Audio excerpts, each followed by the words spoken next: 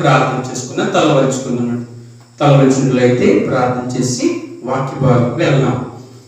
మహాపరిశుద్ధుడా, జీవముల తండ్రి, సర్వోన్నతుడా, సర్వశక్తిమంతుడా, సమాధానకర్త, అధిపతి మా తండ్రి, మీకు వందనాలు ప్రభా. ఇప్పుడు లేఖన భాగంలో ప్రభా మేము ధ్యానం చేయడానికి నేర్చుకోవడానికి వచ్చినాక ప్రభా పరిశుద్ధాత్ముడా మీరు మాకు తోడుగా ఉండి జ్ఞాపకం చేయండి, జ్ఞానం ఇవ్వండి ప్రభా తండ్రి. మేమందరం చక్కగా నేర్చుకోవడానికి వినగలిగే మనస్సు అయా ప్రభా, మంచి వినికిడి మాకు దయచేయండి. మాట్లాడుతున్నటువంటి ప్రతి మాట ప్రభా నీ దయడానికి సహాయం చేయండి ప్రభా. వింటున్న నేను అయా ప్రభా అందరం ప్రభా చక్కగా నేర్చుకోవడానికి సహాయం చేయండి. ఆ వచనం ప్రకారంగా నీ వాక్కు ప్రకారంగా మేము తెలుసుకొని జీవించడానికి, నీ రాకడకు మీరు సిద్ధపడడానికి సహాయం చేయమని యేసు క్రీస్తు వారి నామంలో ప్రార్థిస్తున్నాం తండ్రి. ఆమేన్. ఒక ఆమేన్ చెప్దాం, గట్టిగా చెప్దాం. ఆమేన్, గట్టిగా చెప్దాం, చేతులు చేద్దాం. ఆమేన్, హల్లెలూయా. ఎలా ఉన్నారు అందరు కూడా? బాగున్నారా? దేవుని కృప బట్టి మేము కూడా బాగున్నాము. దేవునికి దయ మనందరి పట్ల ఉంది కాబట్టి ఈ రోజు మనందరూ కూడా ఈ విధంగా సజీవులుగా ఉన్నాం. ఆ దేవాది దేవునికి మహిమ కలుగును గాక. ఆమేన్. మంచిది. నిజంగా ఈ రోజు ఒక వాక్యం నేర్చుకుందాం. క్రీస్తు గురించి. ఎవరి గురించి? క్రీస్తు గురించి, యేసు ప్రభు గురించి.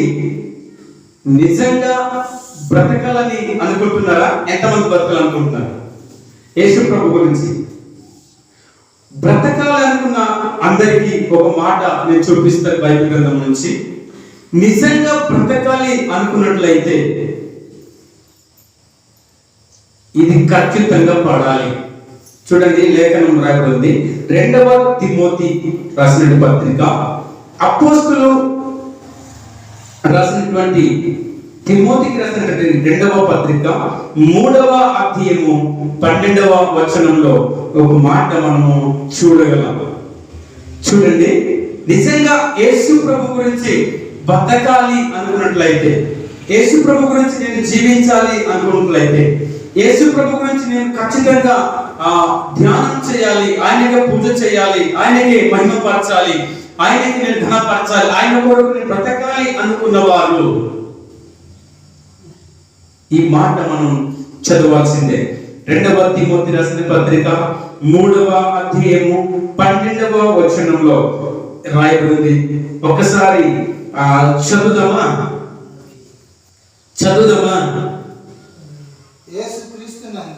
యేసు క్రీస్తునందు సద్భక్తితో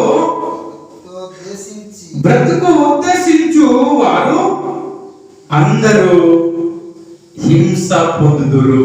ఏమిటంటే హింస పొందుదురు. ఏంటండి? వారందరూ హింస పొందుదురు. ఈ లోకంలో హింస ఖచ్చితంగా ఉంటుంది.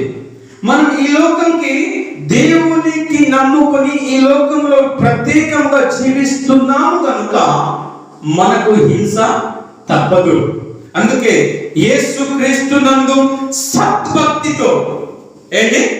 సద్భక్తితో, గొప్ప భక్తితో, మంచి భక్తితో నేను జీవిస్తాను అనుకున్న వారికి హింస లోకంలో ఉంటుంది. హింస లోకంలో ఉంటుంది. అర్థమవుతుందండి? హింస లోకంలో ఉంటుంది. హింస లేకుండా నేను సుఖంగా ఉంటానంటే మాత్రం క్రైస్తవుడిగా అవ్వలేము మనం. నేను మంచి క్రైస్తవుడు అవ్వాలి అనుకుంటే లోకంలో హింసలు పొందాలి. హింసలు మనకు వస్తాయి. దేవునికి స్తోత్రం కలుగును గాక. చేతులెత్తి చెప్తాం హల్లెలూయా. ఏం చేయండి? సద్భక్తితో బతుకుతానని ఉద్దేశించిన వారు హింస పొందుతురు. వారందరూ హింస పొందుతారని లేఖనంలో రాయబడింది. ఆమేన్. ఏం చేయకండి? హింస భూమి మీద వస్తది. ఆ హింస, ఆ కష్టము, ఆ బాధ, ఆ దుఃఖము మనం అనుభవించాలి. అనుభవించి ఆయన కొరకు బ్రతికితే తప్ప దేవుని రాజ్యానికి వెళ్ళడానికి అవకాశము లేదు. కనుక ప్రతి హింస కూడా మనము భరించాలి, ప్రతి దుఃఖానికి మనము భరించాలట. అపోస్తలుల కార్యము 14వ అధ్యాయము 22వ వచనంలో ఇలా రాయబడింది. అనేక శ్రమలు అనుభవించి మనము దేవుని రాజ్యం రాజ్యంలో ప్రవేశింపవలనని వారికి హెచ్చరించెను. అపొస్తలుల కార్యంలో పేతురు గారు మాట్లాడుతూ ఉంటారు, ఏంటి మనం అంత ఈజీగా పరలోక రాజ్యంలో వెళ్ళలేము. వెళ్ళిపోతామండి? వెళ్ళిపోతామా? అంత ఈజీగా వెళ్ళలేము కదా, అంత ఈజీగా వెళ్ళలేము. ఇక్కడ రాయడం కదా, పేతురు గారు మాట్లాడుతున్నారు కదా, ఆ సంఘానికి వెళ్ళి అనేక శ్రమలు, ఏంటంటే అనేక శ్రమలు, చెప్పండి ఒకసారి, శ్రమలు అనుభవించాలట, అనుభవించి మనము దేవుని రాజ్యానికి వెళ్తాం. అంతవరకు ఈజీగా మనము వెళ్ళిపోమాట. దేవుని రాజ్యం వెళ్ళంటే అనేక శ్రమలు పొందాలి. భూమి మీద శ్రమలు ఉన్నాయా? భూమి మీద శ్రమలు లేవా? ఈ శ్రమలు లేని రాజ్యానికి వెళ్తాను అనుకుంటే ఇక్కడ శ్రమ పొందుకునే తర్వాత, ఇక్కడ ట్రైనింగ్ పొందుకున్న తర్వాత, ఇక్కడ ఎగ్జామ్ రాసిన తర్వాత పాస్ అయితేనే దేవుని రాజ్యానికి వెళ్తాం. నిజమే కదా? ఎగ్జామ్ హాల్కి వెళ్ళిన తర్వాత ఏం రాయిస్తారు? మనకి ఎగ్జామ్ రాయిస్తారు. అక్కడ పాస్ అవుతానే వేరే చోటకి మనము వెళ్తాం. మనకి భూమి మీద శ్రమ లాగా ఉంది అనమాట, ఎగ్జామ్ హాల్ లాగా ఉంది. ఇక్కడ శ్రమ పొందిన తర్వాత దేవుని రాజ్యానికి వెళ్తాం. అంత ఈజీగా ఆమేన్, ఆమేన్. దేవునికి స్తోత్రం కలుగును గాక. యేసుక్రీస్తు ప్రభువారు ఒక మాట అంటారు, యోహాను సువార్త 15వ అధ్యాయంలో, యోహాను సువార్త 15వ అధ్యాయంలో 19వ వచనంలో మనం చూస్తాం. ఏంటి తెలుసా? యేసు ప్రభువును నమ్ముకున్నాము గనుక మనకు లోకంలో మనలను ద్వేషిస్తున్నారు. ఎందుకు ద్వేషిస్తున్నారు? మనకట యేసు ప్రభువును నమ్ముకున్నాం గనుక లోకమంతా మనకు ద్వేషిస్తున్నారు. 15వ అధ్యాయము 19వ వచనం చదువుతారా? మీరు లోక సంబంధులైన ఎడల లోకము వారిని స్నేహించును. అయితే మీరు లోక సంబంధులు కారు. నేను మిమ్మును లోకములో నుండి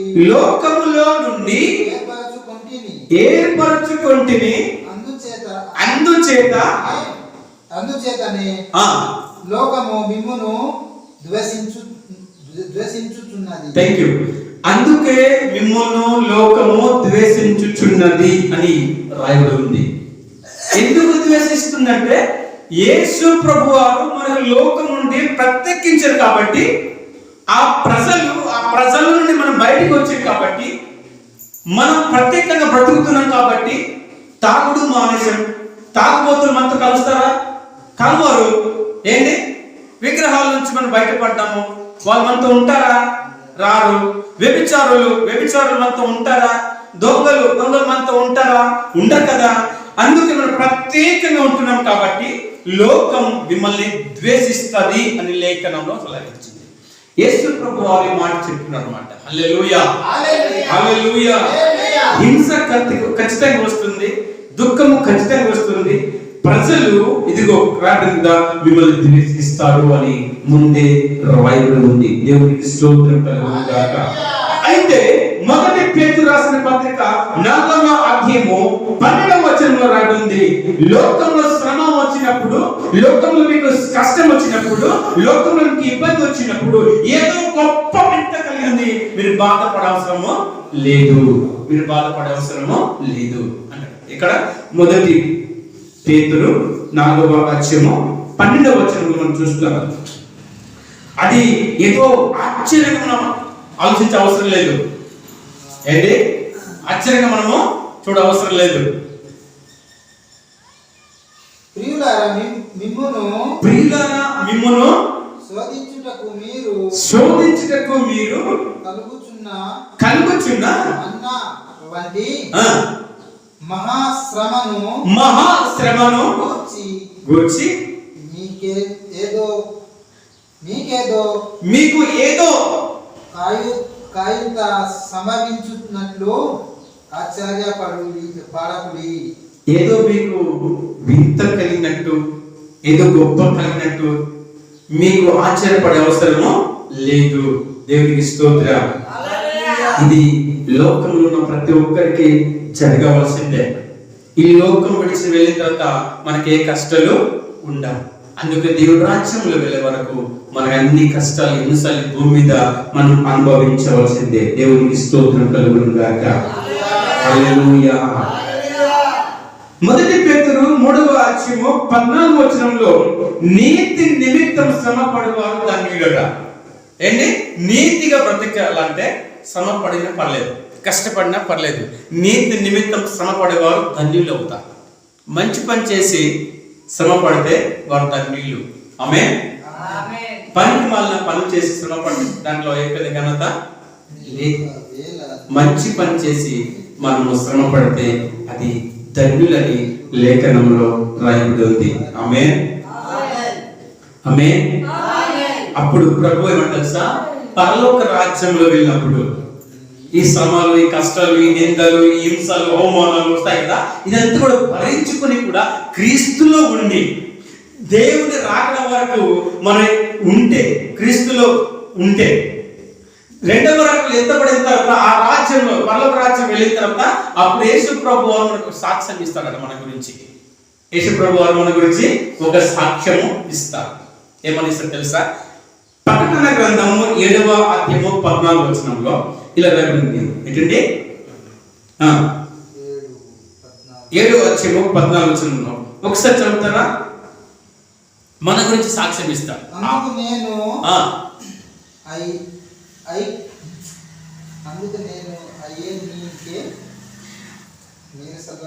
మహాశ్రమ నుండి వచ్చిన వారు అని ఒక మాట చెప్తాం. నేను మీరు చదవచ్చు బైబిల్ గ్రంథంలో 7:14 ఏంటంటే మహాశ్రమ నుండి వీరు వచ్చిన వారు. ఆమేన్.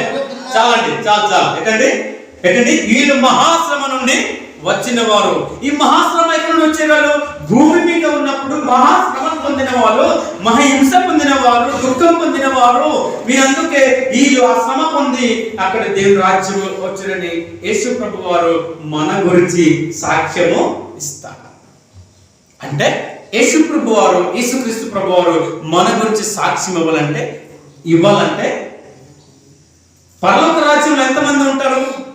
కోట్లు మంది ఉంటారు. ఏంటంటే ఒకసారి చూస్తారు ఇటు మీరందరు పట్టేశారు బైబిల్, అందరు బైబిల్ పడుతున్నారు. పరలోక రాజ్యంలో 2-3 ఉన్నారండి. పరలోక రాజ్యంలో కోట్లాను కోట్లు జనాలు కూడా ఉంటారు. వారి మధ్య మన గురించి సాక్ష్యం దేవుడు ఇస్తా ఉంటాడు. ఆమేన్.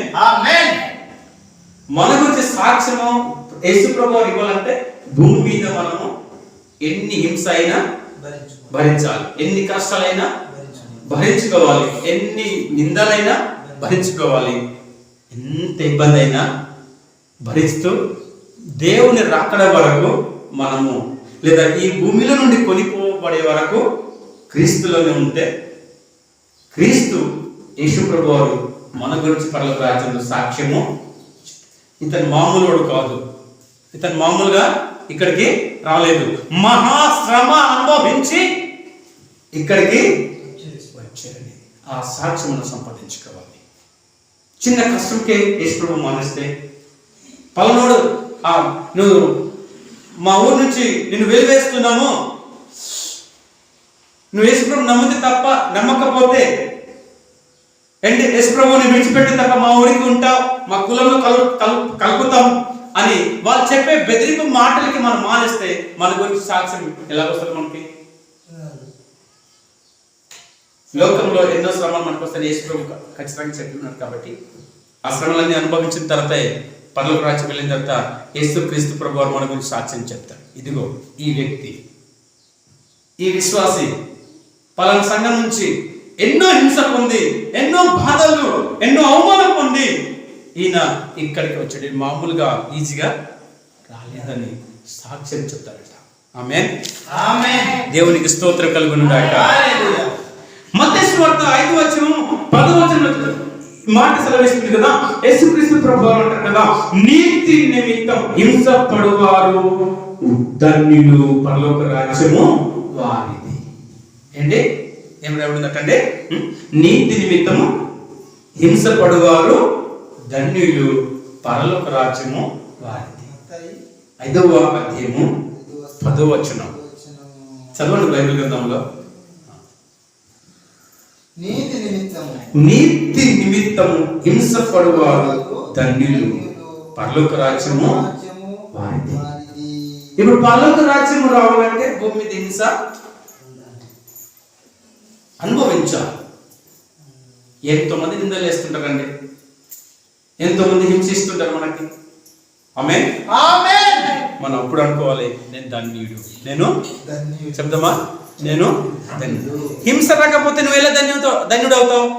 ఎవరు ద్వేషించకుండా, ఎవరు దూషించకుండా నువ్వు ఎలా ధన్యుడు అవుతావు? మరి తిట్టాలి ఏంటి? యేసు ప్రభు నమ్ముకున్నందుకు ప్రజలు ఏం చేయాలి? తిట్టాలి, హింసించాలి ఏంటి? అపోస్తలుడు పౌలు గారు ఎన్ని హింస పొందారండి, కానీ ఆయన అన్ని భరించుకుని దేవుని రాజ్యానికి వెళ్ళిపోయారు. ఆమేన్. స్టీఫెన్ రాళ్లతో కొట్టబడ్డారు, హింసించబడ్డారు, ఆయన దేవుని రాజ్యానికి ఉన్నారు. యేసుక్రీస్తు ప్రభు వారు భూమి మీద హింసించబడ్డారా? ఉమ్మి వేయబడ్డారా? గుద్దరా? కిరీటం పెట్టారా? మేకులు కొట్టారా? ఎన్ని హింసించి సరే ఆయన భరించుకున్నాడు కాబట్టి ఆయన దేవుని రాజ్యంలో ఉన్నారు. ఇప్పుడు నీవు నేను మనందరం దేవుని రాజ్యంలో అంటే ఈ లోకానికి వచ్చినటువంటి లోకంలో ఉన్న ప్రతి శ్రమలకి, హింసకి, ఇబ్బందులకి మనము భరించుకుంటూ మనము యేసుక్రీస్తులో చివరి దాకా మన శ్వాస విడిచేదాకా ఉండగలిగితే మనకు పరలోక రాజ్యం చోటు ఉంది. అప్పుడు మన గురించి దేవుడు సాక్ష్యము చెప్తాడు. అట్టి కృప దేవుడు మనందరికీ దయచేయాలని కోరుకుంటూ ఈ మాటలు ముగిస్తున్నాను. చిన్న ప్రార్థన చేసుకుందాం. పరమ తండ్రి, పరిశుద్ధుడైన దేవా, మీకు వందనాలు. ఈ వాక్యం విన్న ప్రతి ఒక్కరికి బలపరచండి. ఈ వాక్యం విన్న ప్రతి ఒక్కరు ప్రభువా, అయ్యా తండ్రి, నాయన ప్రభువా, బలపరచబడి ప్రభువా తండ్రి. అవునయ్యా, ఈ లోకంలో తండ్రి ఎన్నో శ్రమలు, హింసలు వస్తాయి. వీటన్నిటికీ మేము భరించుకుని నిలబడడానికి సహాయం చేయండి అయ్యా. మేము ప్రభు హింసలు భరించుకోవాలి, శ్రమలు భరించాలి ప్రభువా, వచ్చిన కష్టాలకి భరించుకోవాలి ప్రభువా. తండ్రి మీకు స్తోత్రమయ్యా. ఈ మాటలన్నీ బట్టి ప్రభువా మాట్లాడినావు తండ్రి. అయ్యా నాయన, శ్వాస విడిచేవాడు ప్రభువా, ఈ భూమిలో నుండి ఉన్నంత వరకు, భూమిలో ఉన్నంత వరకు ప్రభువా తండ్రి. అయ్యా ఎన్ని ఇబ్బందులైనా, ఇరుకులైనా సరే ప్రభువా భరించుకుంటూ, అవమానమైన వచ్చేసరి భరించుకుంటూ ప్రభువా నీ కొరకు బ్రతికి నీ రెండవ రాకడలు ప్రభువా మేమందరం ఎత్తబడి తండ్రి నీ రాజ్యంలో మాకు అయ్యా ప్రభువా స్థానం కలగడానికి సహాయం చేయండి. అక్కడ మా గురించి ప్రభువా మీరు సాక్ష్యం చెప్పే వారిగా మీరు మార్చమని మహిమ ఘనత ప్రభావాలు నీకే చెల్లిస్తూ యేసు క్రీస్తు నామములో ప్రార్థన అడిగి వేడుకుంటున్నాం తండ్రి. ఆమేన్, ఆమేన్, ఆమేన్. థాంక్యూ.